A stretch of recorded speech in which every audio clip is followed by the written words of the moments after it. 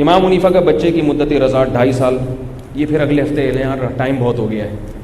بعض لوگ امام حنیفہ پہ طنز کرتے ہیں کہ انہوں نے قرآن کی مخالفت کی ہے. قرآن میں لکھا ہے مائیں اپنے بچوں کو 2 سال دودھ پلائیں گی, اور امام حنیفہ کہتے ہیں کتنے سال پلائیں گی؟ 2.5 سال. تو ان کو تو قرآن آتا ہی نہیں تھا.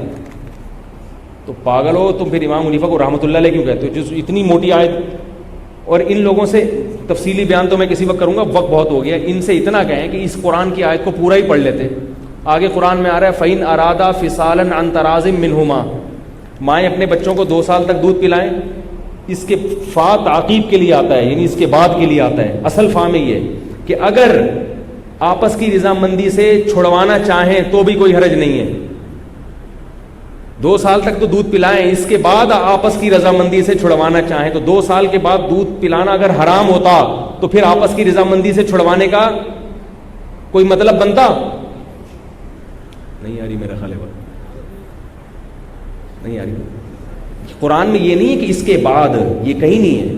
قرآن میں فَإِن, فا کی جو اصل وضع ہے وہ ہے تعقیب مع الوصل. فا کا مطلب یہ ہوتا ہے ایک چیز کے بعد جب دوسرا کام ہوتا ہے. جیسے میں کہتا ہوں جاءنی زیدن, میرے پاس زید آیا. فا عمرن, اس کے بعد کون آیا؟ عمر. فوراً بعد. فا کی اصل وضع یہ دوسرے معنی میں بھی استعمال ہوتا ہے, اصل وضع یہ. تو اب قرآن کہہ رہا ہے کہ مائیں اپنے بچوں کو 2 سال تک دودھ پلائیں. فا کا مطلب کیا ہوا؟ پھر. اس کے بعد 2 سال, یعنی اس سے اشارہ مل رہا ہے کہ 2 سال کے بعد ان ارادا, میاں بیوی دونوں مل کے اگر آپس کی رضامندی سے چھڑوانا چاہیں تو بھی چھڑوا سکتے ہیں.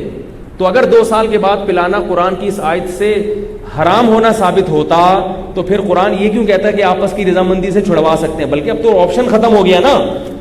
جو لوگ اس آیت کو امام حنیفہ کے خلاف کہہ رہے ہیں, یہ آیت ہی کہہ رہی ہے کہ ایسا نہیں ہے. تو ان کو بیچاروں کو لفظی ترجمہ تک تو آتا نہیں ہے آیتوں کا, اور بیٹھ کے بڑے بڑے ائمہ پہ کیا کر رہے ہیں؟ طنز کر رہے ہیں. باقی فقہ حنفی میں فتویٰ اسی پر ہے کہ 2 سال کے بعد پلانا جائز نہیں ہے. اس کی دوسرے دلائل ہیں. میں تو صرف امام حنیفہ کی بات کر رہا ہوں کہ وہ اتنے بیچارے فارغ نہیں تھے جتنے آپ ان کو بول لو نا یار, جتنے آپ ان کو فارغ سمجھ رہے ہیں اتنے نہیں تھے وہ. ان کے بھی دلائل ہیں. باقی فقہ حنفی میں ہر بات میں امام حنیفہ کے قول پہ فتویٰ نہیں ہوتا. اس کی وجہ فقہا بیان کرتے ہیں. بہت سارے اصول اور ضابطے ہیں. بعض دفعہ امام حنیفہ کے قول کی دلیل ضعیف ہوتی ہے, اس لیے امام حنیفہ کے قول کو چھوڑ دیا جاتا ہے. ایسا بھی فقہ میں بہت ہوا ہے. تو یہ اندھی تقلید والا الزام ہی غلط ہے. لیکن ہم عوام کو یہ اس کی اجازت نہیں دیتے کہ عوام کہے گی یہ والا میں ابو حنیفہ کے قول کو چھوڑتے ہوں, میں فلانے کو قول. تو کون ہوتا ہے بھائی, تیرے کو کیا پتا؟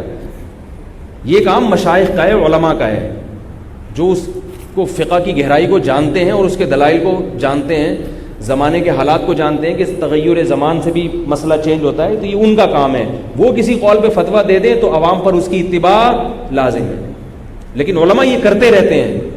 کل کسی نے طنز کیا کہ سعودی عرب کے علماء تو کبھی ابو حنیفہ کے قول کو بھی لے لیتے ہیں اور آپ تو ابو حنیفہ ہی کو پکڑ کے رہتے ہیں. یعنی وہ اپنے امام کے قول کو چھوڑ دیتے ہیں. انہوں نے بعض مسائل میں امام حنیفہ کے قول کو لیا ہے, اپنے امام کے قول کو چھوڑ دیا, اور یہ بر صغیر کے علماء اسی کو چپکے رہتے ہیں.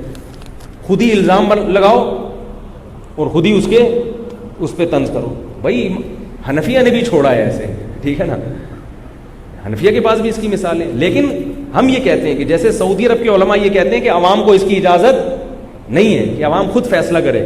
وہاں کی دارالافتاء کی کمیٹی ہے علماء کی جو فقہ حنبلی کو فالو کرتے ہیں, مگر کہیں کہیں فقہ حنبلی کو وہ چھوڑ دیتے ہیں. تو ایسے ہی یہاں علماء حنفیہ ہیں, مدارس میں صدیوں سے چلے آ رہے ہیں, ان کا قول معتبر ہوگا. وہ کہیں کہیں امام حنیفہ کے قول کو بھی بولو بھائی. فتاوی عالمگیریہ جو فقہ حنفی کی کتاب ہے لکھی گئی ہے بر صغیر میں, اس میں جگہ بہت سارے مسائل میں امام حنیفہ کے قول کو ترک کر دیا ہے. بلکہ بعض تو مسائل میں تو اصول ہے کہ یہاں امام حنیفہ کا قول لیا ہی نہیں جائے گا, اصول اور ضابطہ بنا دیا.